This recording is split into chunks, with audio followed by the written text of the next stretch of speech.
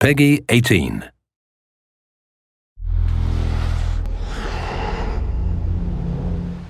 Hi, my name is Ashraf Ismail, Game Director of Assassin's Creed 4 Black Flag, and I'm very proud to be showing off the Caribbean open world. Here, we're going to start with Edward. After completing a few missions, he's met up with the assassins, but he's not yet bought into the creed, so he still has this selfish need for fame and fortune.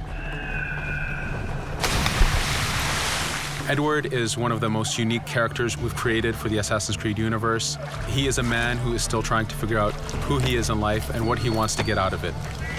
At this point in the story, he still wants that fame, so one way to get it is to complete these assassination contracts. This is a way to make money and to gain a bit of notoriety. So here we go. We have 2 targets to take out, 2 Templar brothers. So we're going to accept the contract, and the world map is going to show us where this contract takes place. So we see here that the contract is actually very close to us. It starts in the village we're in, but as we zoom out, we want to show you the world that we have. Many locations, over 50 locations, centered by Cuba, the Bahamas, and Florida up north. This is a massive world. There's a lot to find and do in this Caribbean Sea. But now we'll get back to the Fisherman Village and go after our targets. The Fisherman Village, it's one type of location in this world. It's really here as a convenience to the player. This is where you can start missions, where you can shop to upgrade Edward and the Jackdaw itself. It's really about the mood and the ambiance of the Caribbean Sea. In the distance, we have a tavern that we're approaching.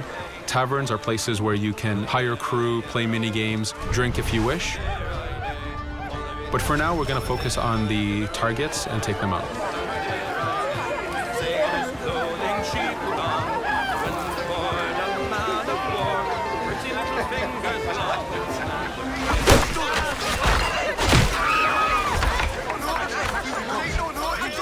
Now that we've taken out one brother, the other one's going to bolt. Just like classic ACs, we can chase him down and take him out that way, but there's many ways to complete this contract. We can use the new free aim system to shoot him this way, to eliminate him that way. We can jump onto the ship and take him out with his crew, but instead we're going to let him escape into the sea and follow him with the Jackdaw. This is your ship. This is the second main character of the game. You're going to have to customize and upgrade the ship as you go on this journey with Edward.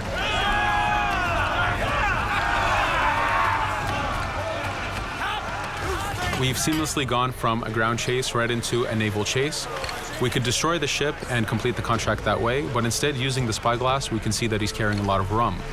Rum is important in the economy system. It's one way of making a lot of money if you sell it properly. So instead of destroying the ship, we're going to plunder that ship. Fire! Here you can see the upgrades that we've made into the naval combat. Using the front cannons, you can shoot chain shots to slow down the ship. Using the new round shot mechanic of trajectory aiming, you can aim for the hull and do a lot of damage this way. This specific enemy is what we call a frigate. Frigates are the type of ships that you need to destroy as fast as you can, because the longer the fight lasts, the more damage they're capable of doing. We have other enemy types like the Charger or the Man of War. The Man of War is a massive ship capable of carrying over 100 cannons. These are ships that you really need to upgrade to be able to face. But now that this frigate has been demasted, we can start the boarding. Boarding, it's very important. You are a pirate. This is how you gain cargo. This is how you take on ships. So here we can start the boarding from any orientation or angle we wish. The distance even matters.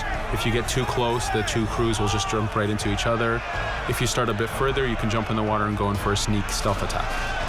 We have 2 objectives to accomplish for this boarding. We can take out the captain, and we need to take out some of his crew. So using the swivel gun, we will efficiently take out a lot of the crew. And now we'll go for the captain using Edward's navigation abilities. Here, again, using the new free aim system, we have a dangerous enemy on the other side taking out our crew. We can easily take him out with a headshot. So what we see here is that 2 ships have come together to create this 3D environment where, using your assassin abilities to navigate, to be stealthy, you can take the advantage and get the kill by surprise. Now that we've taken out the captain, we still need to take out a few of the crew members to complete this boarding. Now that we've plundered the ship, we're going to gain that rum that we saw earlier, but we're also going to gain ammo and crew members and some gold. With every boarding, there's 3 options that you can do with that ship. You can gain crew members, you can send the ship to your fleet if you wish, or you can salvage a ship to repair the Jackdaw if you took too much damage in the fight. In this case, since we did well, we're going to send the ship to our fleet. Now that we're back in the Caribbean Sea, we needed to make sure that every minute something is being advertised to the player, something new for the player to do.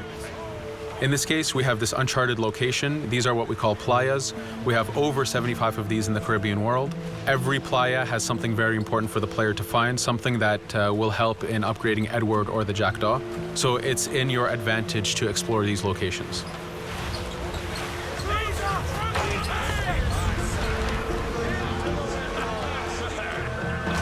Again, for us, seamlessness is very important. We needed to be able to explore this Caribbean world without having too much interruption in the action. So being able to just let go of the wheel anywhere we want, jump into the water, and swim over to that location. This is very important for the mood and the immersiveness of this Caribbean open world.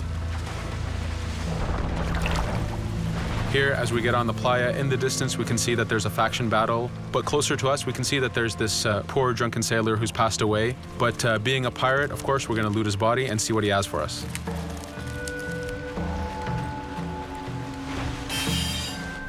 So we found a treasure map. This treasure map is asking us to go to an island called Mysteriosa. Every time you find one of these, you know that you're going to find a treasure that is linked to the progression of the Jackdaw or Edward, so they are very valuable. Here we're going to take a look at that faction battle. We have a British ship facing off against a Spanish ship. We could jump in and take advantage of this opportunity, allowing each ship to weaken the other and for us to plunder both. But now we're going to make our way back to the Jackdaw. Again, this is the second main character of the game. There's a lot of customization and a lot of upgrading to do on the Jackdaw. You can upgrade all the weapons to fit the playstyle you wish. Now, as we get onto the Jackdaw, we can see that the crew is cheering for us. Edward has a really close relationship with his first mate, Adewale, standing right there, and with his crew. And this is something that you'll see later in the demo, that we can lose and gain crew members. Again, using the spyglass, we can really see the contents of a ship, but you can also assess the danger and threat level of these ships. But for now, we're going to continue to Mysteriosa to find that treasure. Here we've crossed into a harpooning zone. The harpooning system is connected to the hunting system, which is used for upgrading Edward himself. So you can upgrade the number of weapons he carries, the ammo that you can carry, and even his health. But for now, we've moved past that zone and we've got into a storm. Storms are very dangerous. If you're not careful, if you don't know how to navigate a storm, you will take damage to your ship and you will lose crew members. In the distance, we can see a water spout. This is a tornado in the ocean. These are very dangerous. They can suck you in, and when they do, they tear the ship apart and take out your crew. Here we can see its effect on a ship. This poor ship got sucked in and got destroyed. Storms are very dangerous, but we wanted the player to take advantage of this. When you've mastered a storm, when you know how these systems work, you can pull enemies into a storm and let the storm do damage for you. So there is a strategic element to using a storm in the world.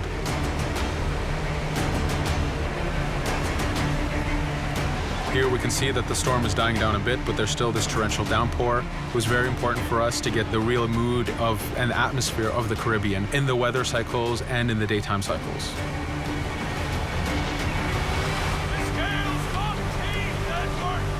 But here, since we've survived the storm, did pretty well, let's order our crew to sing. Sea shanties are a part of this game. It's a collectible that you can find in the world. So the more you find, the bigger playlist you have for your crew. But for now, we've made it to Mysteriosa. So again, we're going to seamlessly get off our ship and explore this location. Mysteriosa is a Mayan ruin. Mayan ruins are heavy with stealth and navigation capacities. There's a lot of treasures and hidden discoveries to be found in these locations.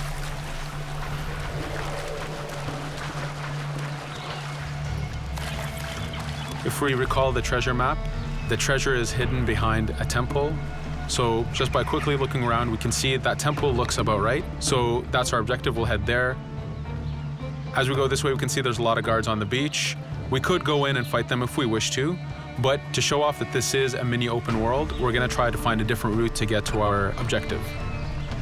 Here, we've seen a guard. We don't want to alert him, and we don't want to alert the guards on the beach, so we're going to use our stealth ability to take him out silently.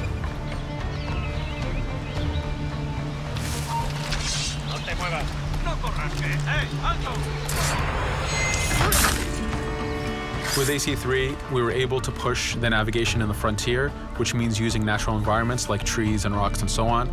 Mayan ruins are the perfect place where we mix man-made structures and these natural environments. So you really get to feel how far the navigation abilities of the assassin have come since the original game. In the distance there, we can see another part of the island being blocked off by a patrol of guards. We're going to avoid it for now and go for that treasure.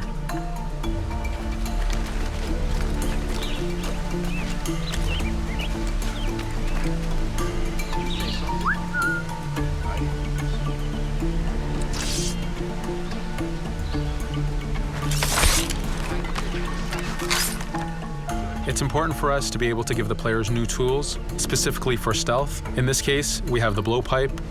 Using the berserk darts, you make your enemies go crazy. Effectively, this means that they'll attack anything and everything in sight, including their own friends, animals, or Edward if he was in the way. So you do have to be careful with how you use it. But now that we've caused a distraction, if we happen to fall down there, at least there's already a bit of damage done for us. But using our navigation skills, we're able to get past that area without any trouble. There in the distance, you can see the jackdaw placed exactly where you left it when you got onto this location. It's really important for us to show the beauty of this Caribbean world. The Caribbean has some amazing vistas, and we pushed ourselves to replicate this in the game.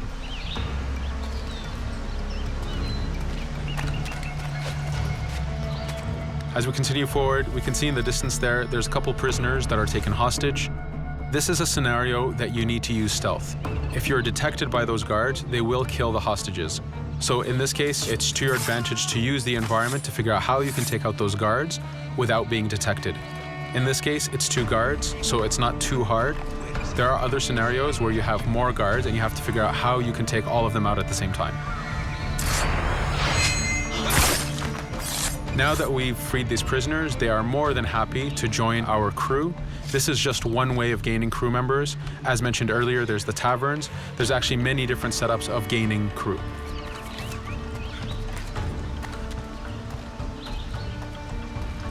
Here, we're going to go back to the treasure map. We can see that the treasure is actually behind the temple near a fountain. So if we just look around, we can see that it's around here.